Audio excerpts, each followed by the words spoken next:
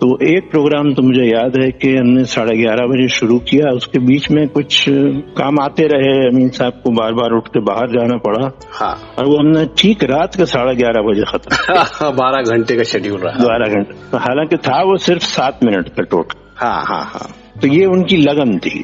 جی جی جی. تو دو باتیں آپ نے بتائی، ایک تو پرفیکشنسٹ والی، اور دوسرا کام ہو بیسٹ ہو اس کے لیے چاہے کتنا وقت لگے وہ اس جی. کے لیے پورا اپنا وقت ڈیوٹ کرتے تھے. اور جی، کوئی جی. ایسی بات جو ان کو آپ کو محسوس ہوتی ہو، جیسے ان کی اپنی خود کی نالج کے بارے میں اور سٹارز کے بارے میں، جانکاریوں کے بارے میں؟ وہ ٹائمز آف انڈیا اخبار کا کراس ورڈ پزل اچھا. روز کرتے تھے. ہاں ہاں. اچھا. حالانکہ وہ بڑا مشکل ہوتا ہے. ہاں، اور وہ اپنے دماغ کو تیز ترار رکھنے کے لیے. تیز ترار رکھنے کے لیے. جی بالکل. جی جی جی. انہوں نے BA کیا تھا 2nd ڈویژن سے، اس سے آگے نہیں پڑھا تھا. ہاں ہاں ہاں. تو دنیا بھر کی معلومات رکھنے کے لیے اخبار پورا پڑھتے بھی تھے گھر پہ. جی. اور اسی لیے ان کا دن جو ہے وہ قریب 11:30 بجے ہی شروع ہوتا تھا. اچھا. مطلب حالانکہ وہ اٹھ تو جاتے تھے جلدی، اٹھ تو جاتے ہوں گے میرے خیال میں 7:30 بجے کے آس پاس اٹھ جاتے ہوں گے. جی. لیکن گھر سے نکلتے نکلتے ہی ان کو 11 ساڑھے 11 بج جاتے تھے. جی جی. اور قریب 12 بجے وہ آفس پہنچتے تھے.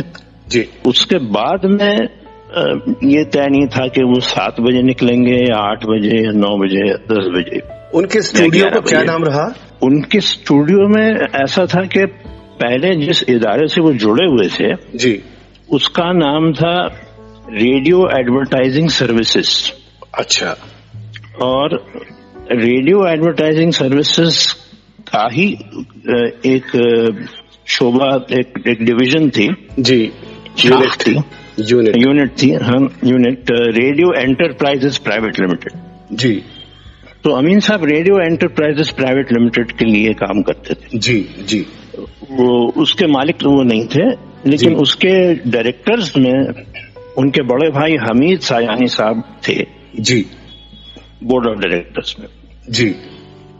سن 85 میں جی یہ ریڈیو ایڈورٹائزنگ سروسز اور ریڈیو انٹرپرائزز پرائیویٹ لمیٹڈ یہ دونوں بند ہو گئے. اچھا. بند ہو گئے. ہاں. تو امین صاحب نے بہرحال اپنا آفس اسی جگہ پہ رکھا جہاں پہلے تھا. وہ کہاں پہ؟ وہ ہے بمبئی میں کولابا علاقہ ہے. جی. ایک ریگل نام کا سنیما ہے. جی. اس کے بالکل برابر میں سیسل کورٹ نام کی بلڈنگ ہے. اچھا. اس میں دوسرے مالے پر ہیں وہ. جی جی. ابھی بھی وہی ہے؟ ابھی بھی وہی ہیں. اب جس کمرے میں ہے اس کمرے میں پہلے نہیں ہوتے تھے. جی جی. لیکن ہے وہی، مطلب اسی جگہ پر وہی جگہ ہے.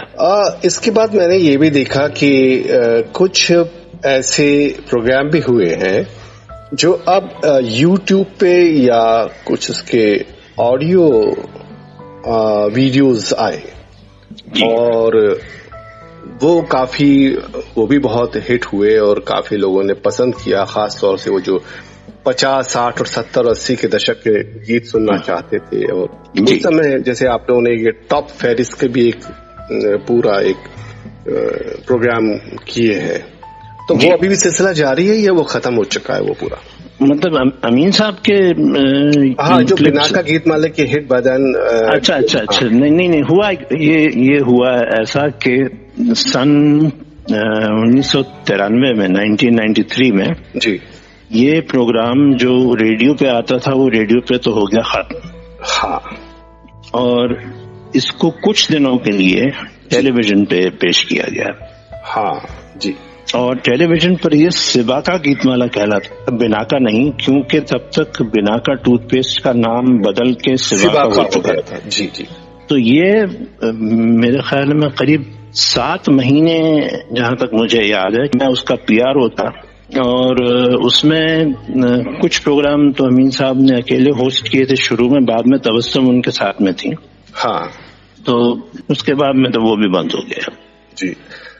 تبسم اور امین سیانی کی جو کیمسٹری ریڈیو پر اور میرا خیال ہے کچھ پروگرامز میں بھی بہت عمدہ قسم کی رہی اور بہت وہ جوڑی پسند کی گئی ہمیشہ. جی جی جی اور ان کا جو انداز رہا تبسم جی کا وہ بھی بہت مقبول ہوا. اس کے بارے میں کچھ کہنا چاہیں گے؟ ان دونوں میں کیسی ٹیوننگ تھی، کیسے وہ پرفارم کرتے تھے، کیسا ان کا پروگرام کا طریقہ تھا؟ ہوا یہ کہ لیٹ 60s میں تبسم نے فلموں میں میرے خیال میں کام کرنا چھوڑ دیا اور وہ شادی کرنا چاہ رہی تھی اور شادی کی بھی انہوں نے. پروگرامز میں اسٹیج پر وہ نظمیں سنایا کرتی تھیں، لطیفے سنایا کرتی تھیں. امین صاحب اکثر اسٹیج پر کمپیئر کرتے تھے تو تبسم بھی کئی بار اس میں ہوتی تھی. تو لیٹ 60s ارلی 70s میں ایک پروگرام شروع ہوا، مراٹھا دربار کی مہکتی باتیں. جی جی جی یاد ہے. تو یہ جوکس کے اوپر بیسڈ تھا. ہاں لطیفے تھے کچھ اس میں، لطیفے ہی ہوتے تھے اس میں. جی. تو امین صاحب نے اس میں تبسم کو اپنے ساتھ رکھا تھا. ہاں. اور آدھے گھنٹے کا پروگرام تھا تو اس میں کچھ جوکس تو تبسم خود لاتی تھیں اور کچھ جوکس میں دیا کرتا تھا. اچھا اچھا اچھا اوکے. اور امین صاحب میرے خیال میں اس میں جوکس وغیرہ نہیں دیتے تھے کچھ. اچھا فارمیٹ کیا تھا اس کا؟ مجھے تھوڑا سا یاد دلا دیجیے گا، میں بھول گیا ہوں. بس آج کے شروتاؤں کو بھی نہیں معلوم ہے، سامعین کو. جی. دو لوگ بیٹھ کے ایک کے بعد ایک لطیفہ سنا رہے ہیں بس، اور کچھ. اچھا یہ تھا. اور کبھی کبھی اس میں کبھی نہیں میوزیکل کچھ نہیں. کہیں کہیں کوئی گانا فٹ ہو گیا کسی لطیفے کے ساتھ تو جوڑ دیا. ہاں ہاں اچھا اچھا. جی جی. اور کبھی کبھی کسی اسٹار کو بھی بلا لیتے تھے بائی دی وے اگر کوئی مل گیا تو. ہاں لیکن وہ تھا نہیں، وہ فارمیٹ میں تھا نہیں. جی جی. تو وہ کچھ میں لطیفے دیتا تھا، کچھ تبسم. اور امین صاحب جب کبھی بہت بزی ہوتے تھے جی تو ان کی جگہ میں لے لیتا تھا تو میں اور تبسم مل کے کرتے تھے پروگرام. اچھا اچھا. واہ واہ. تو یہ میرا مطلب سب سے شروع کا کام جو میرا ان کے ساتھ میں ہوا یہ رہا. یہی تھا، یہ 70 کے آس پاس کا. جی. بھارت میں تو آپ لوگوں کے یہ پروگرام بہت لوکپریہ رہے، بہت پاپولر رہے اور ہر پروگرام نے اپنی اس میں کہوں گا کہ آج کے زمانے کے حساب سے TRP رہی اس کی، وہ اتکرشٹ رہے، بہت اچھے رہے. کیا کبھی ایسا موقع آیا جب ودیش بھی گئے ہوں آپ اور ودیش میں لوگوں کا ہجوم جماوڑا بہت بڑا موب پیچھا کر رہا؟ یہ امین صاحب کے ساتھ تو بہت ہوا. انہوں نے 50 شو کیے ہیں دیگر ممالک میں جا کے. اچھا. میں نے صرف 3 شو کیے ہیں زندگی میں ہندوستان کے باہر. جی جی. انڈیپینڈنٹلی، مطلب امین صاحب کے علاوہ. جی جی. 2 سنگاپور میں اور 1 امریکہ میں، اور اتفاق سے بہت اچھا ریسیپشن ملا اور بہت تعریف ہوئی. جی جی. اور اسٹیج پر امین سایانی صاحب کے ساتھ تو اس وقت کوئی آپ کا تجربہ، کوئی ایسی بات جو یاد رہ گئی ہو اگر گئے ہیں تو؟ اسٹیج پہ ہم نے ممبئی میں 8-10 شو کیے ہیں مل کے. جی. ایک مائکرو فون پر ایک سرے پر اسٹیج کے وہ کھڑے ہو جاتے تھے، دوسرے سرے پر میں کھڑا ہو جاتا تھا. جی. اور ہم مل کے کرتے تھے. تب میری عمر 18 سال 19 سال کی تھی. جی جی جی. ہاں ایک چٹکلا سا لطیفہ سا ہو گیا تھا، میں نے بنایا تھا. جی. کہ اچانک میں نے پوچھا کہ آپ کی بڑی میں کیا گھجا ہے؟ آپ کی بڑی میں کیا گھجا ہے؟ میں سمجھا نہیں ابھی بھی.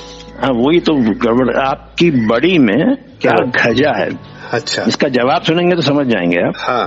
اس بات چیت کا شیش بھاگ اگلے ایپیسوڈ میں ضرور سنیے گا. سراج سید کی زبانی، امین سیانی کی کہانی.